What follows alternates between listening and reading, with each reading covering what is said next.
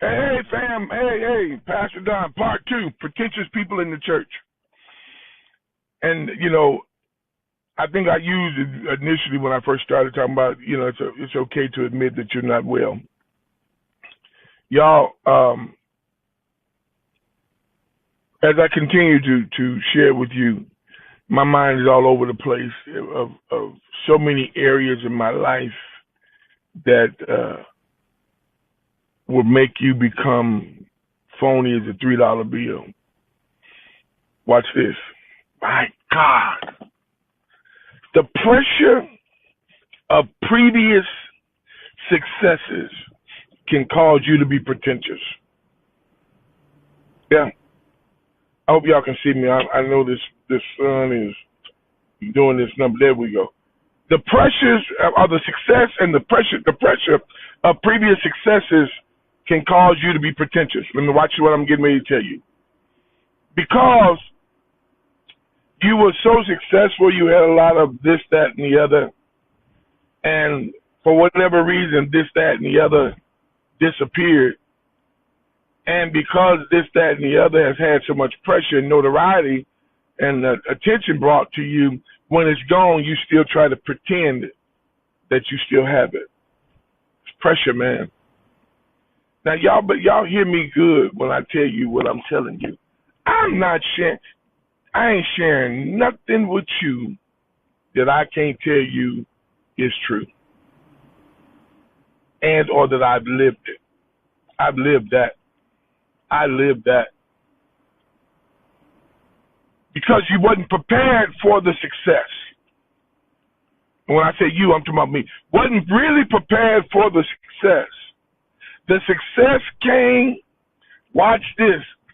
It did, the hard work came the success came as a result of hard work. Hard work. Man, I was doing 18 hours a day sometimes. Hard work. To a point where I was able to go just during the day and run help, with the team of people, run the administrative side of the house.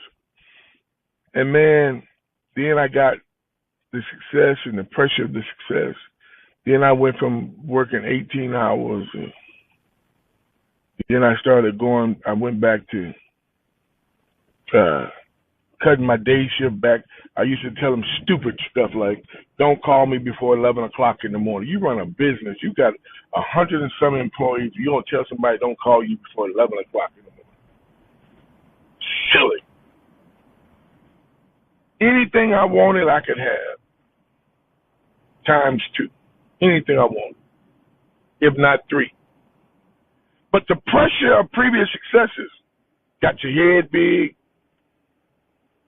Start forgetting all the things that mattered more than anything, and that was your call, your position and place in God. But you kept on trying to fake the funk and pretend like you was all still together when you was scratching like hell to stay alive. Financially and emotionally, mentally, and even physically. Because the pressure got so bad, I was even contemplating that. Y'all, I'm telling you, it's okay. It is absolutely 100% okay to admit that you're not well. Now listen, when I say well, I'm not processing things like I should. I'm not evaluating things like I should. I'm not managing my money like I should. I'm not happy where I'm currently at with my relationship, or even with your church, even with your congregants. I'm not cool with where I'm at right now. It's okay to say you are not good. Not in a good place, man. And you don't need nobody. Watch this. You don't need to get in no prayer line. You don't need nobody to grease you up. You don't need nobody to do all that stuff to huckabuck you and all that kind of stuff.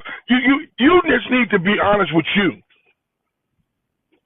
And being honest with you sometimes will require the help of someone who does not have a horse, dog, cat in the fight other than your success and you being healed, whole, and delivered.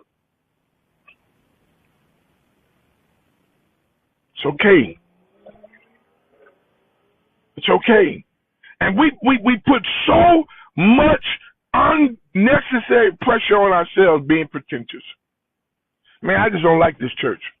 Okay, well, I'm only coming because of my friends. That's too much pressure.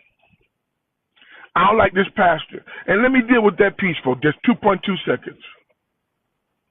If your salvation meant anything to you, if your salvation meant anything to you, you would not waste another second sitting under a preacher that you don't like and respect. You're out your mind. You would not spend one more second sitting under a preacher that you don't love, like, and or respect. Because you sure can't honor them unless till we get some of these other things in the play. Love, like, and respect. My surrounding has changed. I'm now inside my office, and I wanted to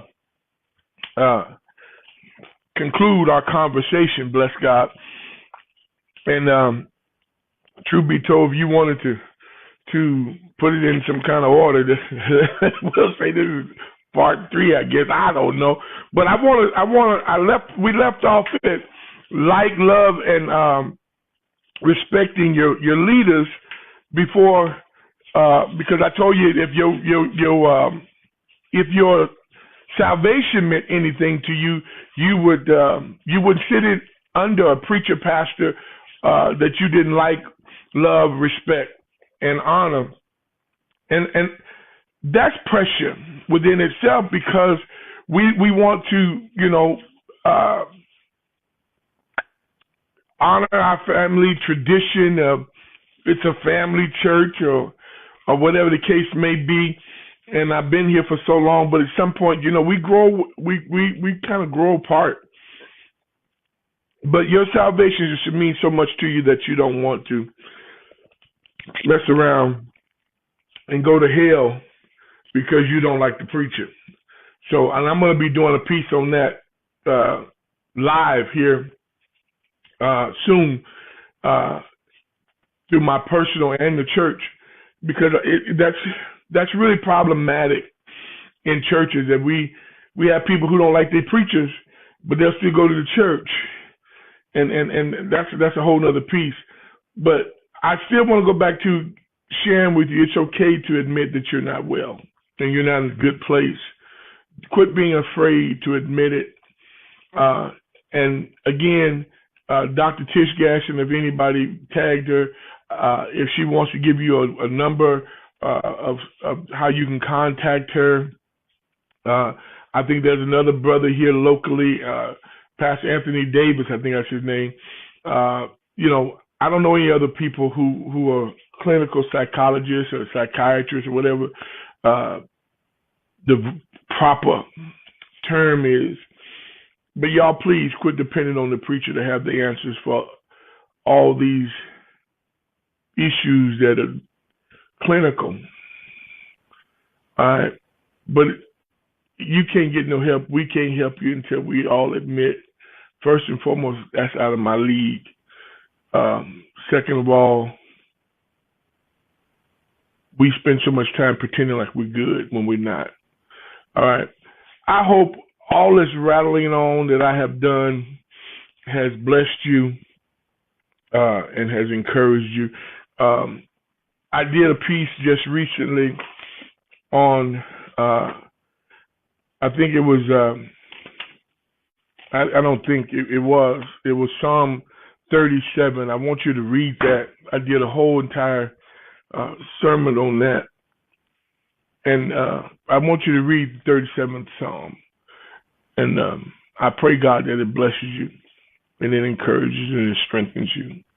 And listen, here, so much has been going on in the body of Christ. And I want y'all to know that I just want to encourage you. Just be encouraged.